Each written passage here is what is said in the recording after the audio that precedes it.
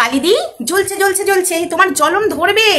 সবে তো দেখতে পেয়েছো শুধু একটা সুন্দর নতুন বাড়ি ভাড়া মিষ্টিদি নিয়েছে, এরপরে মিষ্টিদি বড় একটা দালান বাড়ি করবে। একটু ওয়েট করো, তোমার আরো জ্বলবে। আর মিষ্টিদির ওই হোটেলটা বিশাল বড় একটা হোটেল হয়ে দাঁড়াবে ওই চাঁদপাড়ার বুকে। জ্বলছে জ্বলছে জ্বলছে, তোদের জ্বলবে তাতেই মিষ্টিদির চলবে। ও কালিদি তোমার জ্বলবে তাতেই মিষ্টিদির চলবে।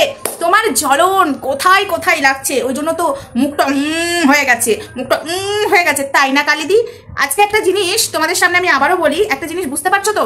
দেখো, কারোর হোটেলে কর্মচারী মানে যেখানে হোক কর্মচারী হিসাবে কাজ করে কিছুই উন্নতি করা যায় না।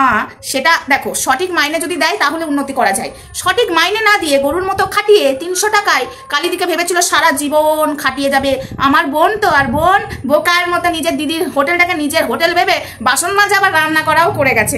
এটা ভাবেনি যে বাসন মাজার যে কাজ করে সে তো 300 টাকা মাইনে পায়, আমি রান্না করবো বাসন মাজবো মাইনে শুধু 300 টাকা নেবো। সেটা পরে গিয়ে বুঝতে পেরেই তো কালিদির কাছে মিষ্টিদি এখন খারাপ হয়ে গেছে। বলতে গেলেই জ্বালা, তোর কি অকাত? তোকে যদি আমি না আনতাম তাহলে তুই খেতে পাচ্ছিলিস না।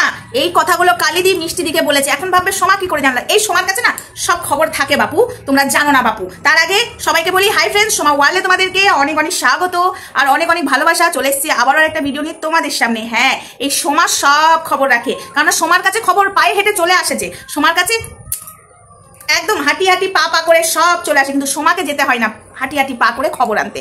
অনেকেই যাই, বাট আমাকে যেতে হয় না। তো সেদিনকা তুমি কম কথা শোনাওনি। আজকে মিষ্টিদি কথায় কথায় বলে না, হ্যাঁ টাকাই সব, টাকা ব্যাংকে রাখতে হবে, টাকা থাকলেই মানুষ ঘুরবে, আজকে টাকা না থাকলে মানুষের কাছে শুনতে হবে যে তোকে কে চিনতো কে। আরে ভাই, তোমাদের এটুকু বুঝে নিতে হয়, কিছু কিছু কথা বুঝে নিতে হয়, তবে মুখে বলা যায় না, তবে মুখে বলা যায় না। হ্যাঁ বুঝতে হয়, মিষ্টিদি মুখে বলতে চাইছে না, বাট কথার ভাজে বুঝিয়ে দিচ্ছে। এটুকু বোঝার মতো ক্ষমতা তোমাদের নেই, যেসব ফুড ব্লগাররা যাচ্ছ। আর কিছু ফুড ব্লগারদের আমি এই ভিডিওর মধ্যে কিছু বলতে চাই, তবে সেটা শেষে বলবো। তার আগে আমি এই কথাগুলো বলে ফেলি।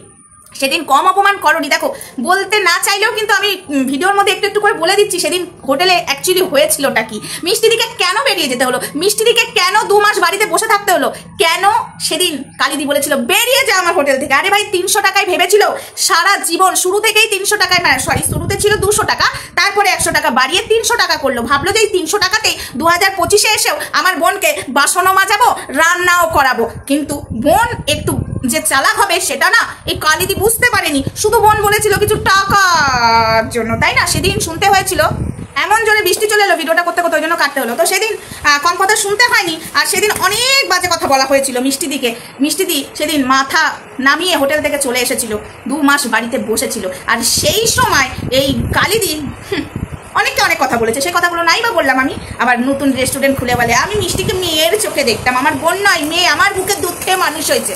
আর এই কথাগুলো বলবে না, কারণ ওর বুকের দুধ খেয়ে মানুষ করার কথা আমি পুরো বল খুলে দিয়েছি। বুকের দুধ কী করে ওর জন্মাতো তো সেটা তো তোমরা অবশ্যই দেখেছো।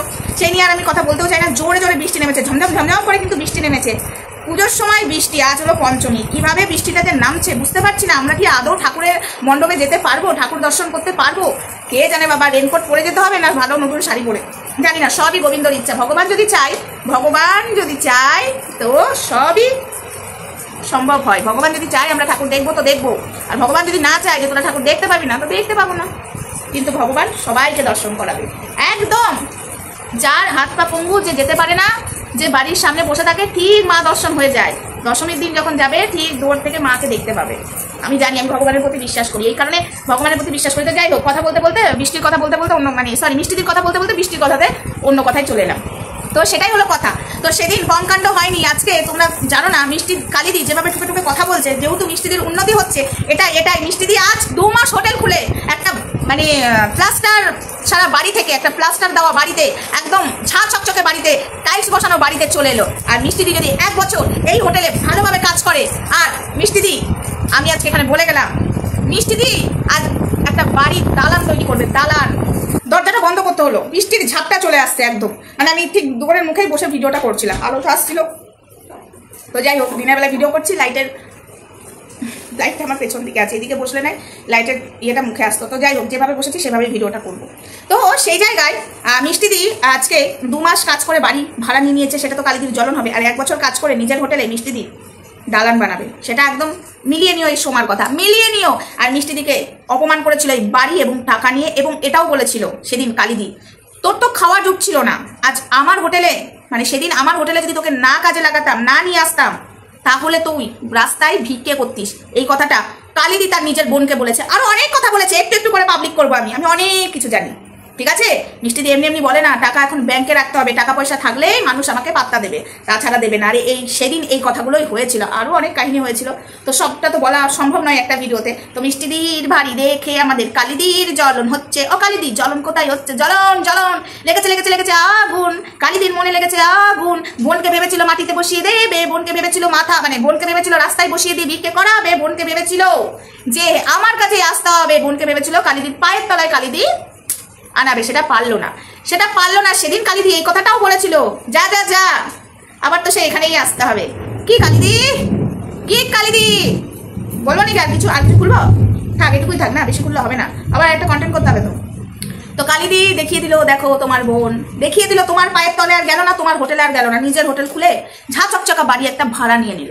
আচ্ছা, আরেকটা কথা বলে দিই ভিডিওতে, সবাই মানে অনেকেই বলছো বাড়িটা কি কালিদি কি বানালো? না, কালিদি বাড়িটা ভাড়া নিয়েছে, ভাড়া বাড়ি, ঠিক আছে? সবে তো 2 মাস হলো, দাঁড়াও, বাড়ি হবে 1 বছর। যে করতে দাও হোটেলটা কাজ, নিজের হোটেলে পরিশ্রম হচ্ছে ঠিকই, নিজের হোটেলে কিন্তু সম্মান আছে।